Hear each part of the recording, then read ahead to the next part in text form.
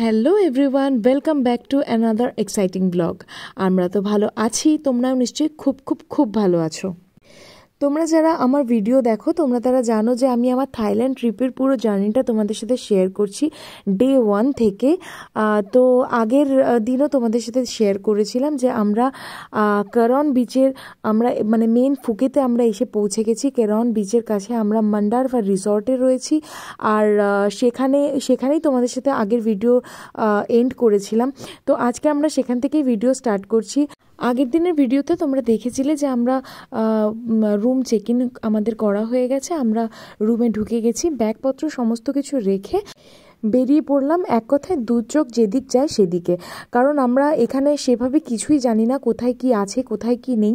First আমাদের যেটা এখন মানে করতে হবে সেটা হচ্ছে আগে লাঞ্চ করতে হবে, কারণ সময় হচ্ছিল 3টে থেকে 3:30। প্রচণ্ড জোরে খিদে পেয়ে গেছিলো, কেন কি একদম মানে সকালে সেভাবে কিছুই ব্রেকফাস্ট করা হয়নি, আমরা একদম সকাল সকাল ওখান থেকে বেরিয়ে গিয়েছিলাম। তো সবার আগে এখন যেটা করতে হবে সেটা হচ্ছে লাঞ্চ, আর তারপরে আমরা ডিসাইড করব যে কোথায় যাব আর কি করব। তো এখন আমাদের মাথায় যেটা সবার আগে মানে চেপে বসেছে সেটা হচ্ছে মেন আমরা ফুকেতে চলে এসেছি, সিটিতে চলে এসেছি। এখন আমাদের খুঁজে বের করতে হবে কোনো ইন্ডিয়ান রেস্টুরেন্ট। তার কারণ সত্যি কথা বলতে মানে এই 3 দিন ধরে যা খাবার দাবার খাওয়া হয়েছে সেভাবে বলতে গেলে কিছুই খাওয়া হয়নি, কারণ ওইখানকার বলেছিলাম তোমাদেরকে যে ওখানকার টিপিক্যাল খাবারটা একদমই খেতে পারছিলাম না, শুধু জুসের ওপরেই বেশিরভাগ সময়টা কাটাতে হয়েছে। তো যাই হোক, আমাদের রিসর্টের জাস্ট অপোজিটেই একটা কার সেন্টার ছিল যেখানে কার রেন্টে পাওয়া যাচ্ছিল, মানে 2 হুইলার থেকে শুরু করে 4 হুইলার সমস্ত কিছুই রেন্টে পাওয়া যাচ্ছিল। তো সেখান থেকে আমরা সবার আগে একটা স্কুটি আমরা রেন্টে নিয়ে নিলাম, তার কারণ এখানে ঘুরতে গেলে পরে পায়ে হেঁটে ঘোরা সম্ভব নয়, আর গাড়িরও আমাদের প্রয়োজন ছিল না, তার কারণ আমরা দুজন ছিলাম আর আকাশ তো রাইডিং জানে। তো সেই জন্য আমরা একটা সবার ফার্স্ট 2 হুইলার ওখান থেকে রেন্ট করলাম। আর ওখানে 2 হুইলারের রেন্ট ছিল অ্যাপ্রক্সিমেট 200 ভাট থেকে শুরু করে 600 ভাট অবধি। 200 ভাটে একদম মানে নর্মাল যে স্কুটিগুলো ছিল সেগুলো, আর 600 ভাটে ভালো ভালো স্কুটি। আমরা নিয়েছিলাম এই স্কুটিটা, যেটার রেন্ট আমাদের পড়েছিল পার ডে 400 ভাটের মতন। তো আমাদেরকে সমস্ত সিস্টেমগুলো বুঝিয়ে দিচ্ছিল, কারণ ওখানকার সিস্টেমগুলো একটু আলাদা। ব্যাস দুজন মিলে বেরিয়ে পড়লাম আমরা, পেটে খাবারের খিদে আর মাথায় হচ্ছে সিটি এক্সপ্লোরের খিদে। সত্যি কথা বলতে ওখানে যাওয়ার পর থেকে এত অন্য রকমের একটা ভাইবস আসছিল না যে না মানে ভাষায় এটা বলা যাবে না। সমস্ত কিছুই না ভীষণ অন্য রকম, মানে ওখানকার দোকানপাট, ওখানকার রাস্তা, ওখানকার গাড়ি, সমস্ত কিছুই অন্যরকম। আর আমার প্রথম মানে চোখে পড়লো হচ্ছে সামনে পাহাড়। তো স্বাভাবিকভাবেই কতটা সুন্দর লাগে পাহাড়, তো আমাদের সবারই মোটামুটি 19-20 সবাই আমরা ভীষণ পছন্দ করি। তো যারা পাহাড় পছন্দ করি তারা তো তোমরা জানোই যে পাহাড় যখনই চোখে পড়ে সামনে ওর ওপরে তখন সেই ফিলিংসটা কি থাকে। আর এখানে সবথেকে বড় মানে সবথেকে ভালো জিনিস যেটা, সেটা হচ্ছে একদিকে পাহাড় আর একদিকে সমুদ্র। মানে রাস্তার মাঝখান দিয়ে তুমি যদি যাবে তো তোমার কখনো ডান হাতে সমুদ্র বা হাতে পাহাড়, তো কখনো বা হাতে সমুদ্র আর ডান হাতে পাহাড়, এরকমভাবে পুরো রাস্তাটা। আর এত সুন্দর সাজানো গোছানো একটা সিটি, যেহেতু ওখানে ট্যুরিস্টদের ওপরে বেস করে যেহেতু পুরো জায়গাটা বেশিরভাগটাই চলে, তো সেই কারণে প্রচণ্ড সাজানো গোছানো সমস্ত কিছু, দোকানপাট, প্রত্যেকটা জিনিস এত পরিপাটি যে মানে ওগুলো যেন একটা অন্যরকমের দেখার জিনিস। আর সব থেকে ভালো হচ্ছে ওখানকার রেস্টুরেন্ট বলো দোকান বলো বেশিরভাগই না সব হচ্ছে ওপেন রাস্তার ওপরে, তো সেইগুলো দেখতে ওই জন্য এত ভালো লাগছিল। আর তোমাদের সাথে মানে আমি জানি না তোমরা বোর হচ্ছ কি না এই রাস্তার ভিডিও দেখতে দেখতে, আমি না শেয়ার করেই পারলাম না, কারণ এত সুন্দর চারিদিকটা, এত গোছানো, এত সাজানো। আর রাস্তাটা সমস্তটা হচ্ছে সমুদ্রের ধার দিয়ে রাস্তা, আর বাঁদিকে হচ্ছে তোমার বিভিন্ন মাসাজ সেন্টার রয়েছে, বিভিন্ন বড় বড় সব শপিং সেন্টার রয়েছে। তো দেখতে এতটাই ভালো লাগছিল, তো না শেয়ার করে থাকতে পারলাম না। তো যাই হোক, আমরা আলটিমেটলি পৌঁছালাম একটা ইন্ডিয়ান রেস্টুরেন্টে। প্রচুর খুঁজেছি, অলি গলি খুঁজেছি, আর সবথেকে বড় কথা ওখানে না কেউ বলতেই পারে না জিজ্ঞেস করলে যে এটা এটা কোথায় বা ওটা কোথায়।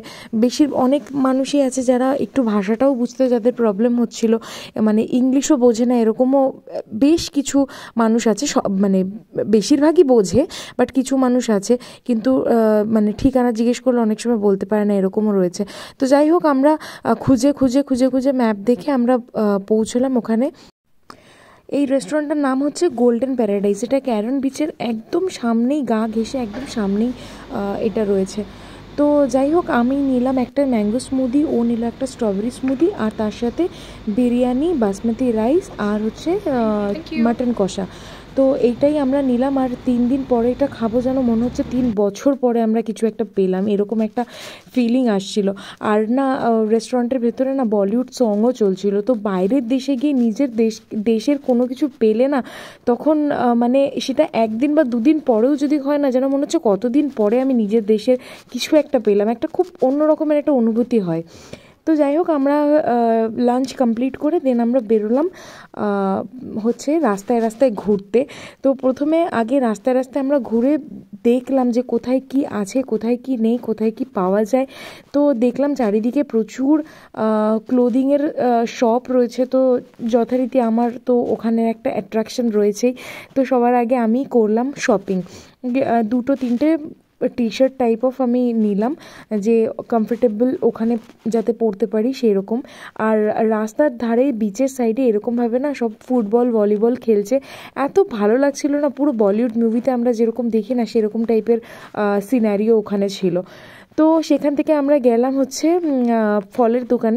ফলের দোকানে গিয়ে একদম মানে অন্য অন্য রকমের কত ধরনের যে ফল আমরা দেখতে পেলাম। টাম তো যাই হোক, বৌদি বলেছিল আম নিয়ে যেতে, কারণ ওর আম খেতে ইচ্ছা করছিল, তো ও নিয়ে যেতে বলেছিল। তো সেই জন্য আমরা আম নিলাম, আর তার সঙ্গে কত ধরনের ওখানে ফ্রুট দেখলাম। একদম সামনে যে কাঁঠালের মতন ফলটা দেখা যাচ্ছে, ওটা কিন্তু এক্স্যাক্টলি কাঁঠাল নয়, ওটাকে থাইল্যান্ডে বলে ডুরিয়ান। ওটা একটু অন্য একটা ভ্যারাইটি। আর এটা হচ্ছে, তোমরা যেটা দেখছো, এটা হচ্ছে রামভুটান। এটা থাইল্যান্ডে ভীষণ ফেমাস। আর ছিল হচ্ছে ড্রাগন ফ্রুট, ছিল লঙ্গন, ম্যাঙ্গোস্টিন, আরও বিভিন্ন ধরনের থাই ফ্রুট। খেয়ে দেখো।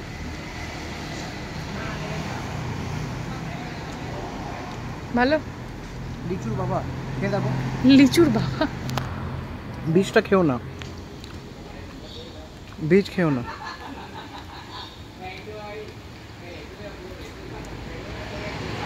ভালো নিখালো রাখো।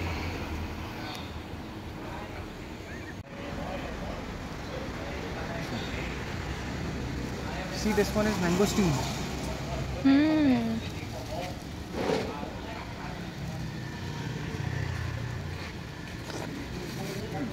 Sweet. Try it out. তারপর একটা বিরাট সাইজের ডাব খেয়ে বেরিয়ে পড়লাম নেক্সট অ্যাক্টিভিটিসের জন্য। ক্যারন বিচের জাস্ট উল্টো দিকে এখানে একটা ম্যাসাজ পার্লার রয়েছে। তো এই হচ্ছে ম্যাসাজ পার্লার। এখান থেকে আমরা এখন ম্যাসাজ নেব। আজকে এসেছি কেন কি আজকে এই মুহূর্তে আমাদের করার বিশেষ কিছু নেই, তো ভাবলাম একবার ম্যাসাজই নিয়ে নিই। তো এই হচ্ছে এনভায়রনমেন্ট, খুব সুন্দর। এখানে একজন সাজেস্ট করলো, অ্যাকচুয়ালি এখানে প্রচুর ম্যাসাজ পার্লার আছে, বাট আমরা যেখান থেকে ফ্রুট নিলাম সে সাজেস্ট করলো কি এইটা one of the best parlour এখানকার মানে ক্যারনের। তো আমরা সেই জন্য এখানেই আসলাম। তো এইগুলো হচ্ছে সব ফুট ম্যাসাজের জন্য এই চেয়ারগুলো, আর এইখানে ভেতরে এই যে রুম রেডি হচ্ছে আমার জন্য। থাইল্যান্ড যাবো আর থাই ম্যাসাজ নেবো না, এটা তো হতেই পারে না। তাই সন্ধে হতে না হতেই আমরা ঢুকে পড়লাম সার্ভিস নেওয়ার জন্য। পুরো ক্যারন ঘুরে আমরা যেটুকু বুঝতে পারলাম যে ভর্তি ভর্তি ম্যাসাজ পার্লার এখানে। আর কস্টও ভীষণ চিপ, মাত্র 300 ভাট ফুল বডি ম্যাসাজ, যেটা ইন্ডিয়ান রুপিসে হচ্ছে 700 রুপিস। ম্যাসাজ নেওয়ার পর আমরা আবার বেরিয়ে পড়লাম রাস্তায় রাস্তায়। প্রথমে ভাবলাম একবার যে রুমে ফিরে গিয়ে রেস্ট করি, আবার পরের দিন সকালে বেরোবো, কিন্তু মন মানছিল না, মনে হচ্ছিল যে আরও ঘুরি। তো এই ঘুরি করতে করতেই আমরা চলে গেলাম হচ্ছে পাটং বিচের দিকে। তো বিচের কাছে যাইনি, আমরা জাস্ট ওর আশপাশ দিয়ে রাস্তাটা দেখছিলাম। আর সেখানেই চোখ পড়লো আমাদের হার্ড রক ক্যাফের কাছে। হার্ড রক ক্যাফে ভীষণ একটা ফেভারিট একটা ক্যাফে। তো সেখানে দেখছিলাম, আর কি হ্যাপেনিং বাইরে থেকে পুরো মিউজিক চলছিল, লাইভ মিউজিক। তো তারপরে আমরা ঘোরাঘুরি করার পরে এই রেস্টুরেন্টটাতে বসে আমরা রাতের ডিনার করলাম। ডিনার করে দেন আমরা এখন ফিরছি বাড়ি।